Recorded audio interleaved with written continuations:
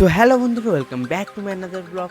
গত 3 তারিখ আমি এবং আমার ফ্যামিলি বেরিয়ে পড়েছিলাম পিকনিকে যাবার উদ্দেশ্যে। কোথায় গিয়েছিলাম না, ম্যাসেঞ্জার ড্যাম। সো দেখতেই পাচ্ছ এখন গাড়ি চলে এসেছে। কিছুক্ষণ পর আমাদের গাড়ি ছেড়েও দিয়েছিল। সো দেখতেই পাচ্ছ বাসের মধ্যে সবাই আছে, বাস না ট্রাভেলার গাড়ি যাকে বলে।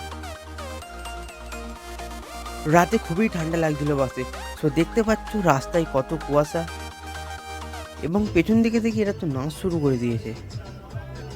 তোমরা একটু ম্যাপটা দেখে নাও কোন রুটের উপর দিয়ে যাচ্ছি।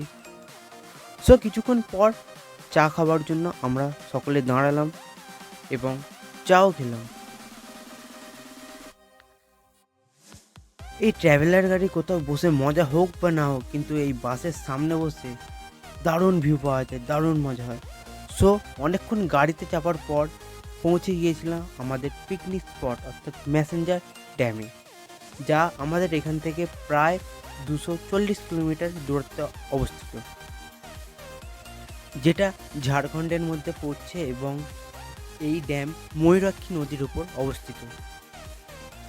তো তোমরা দেখতেই পাচ্ছ এই ম্যাসেঞ্জার ড্যাম চারিদিকে পাহাড় দ্বারা আবৃত, এবং এখানে খুবই ঠান্ডা লাগছিল ভোরবেলা, এবং তার সাথে ঝোড়ো হাওয়া বইছিল শীতল, তার জন্য এই ঠান্ডাটা আরও বেড়ে গিয়েছিল।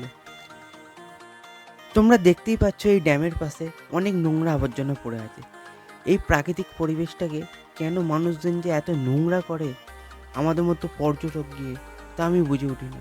তাই সকলের কাছে রিকোয়েস্ট, যারা যারা এইসব জায়গায় ঘুরতে যাবে তারা অবশ্যই জায়গাটাকে পরিষ্কার পরিচ্ছন্ন রাখুন, তাহলে আমাদের ভবিষ্যতে ভালো থাকবে এবং আমরাও ভালো থাকবো।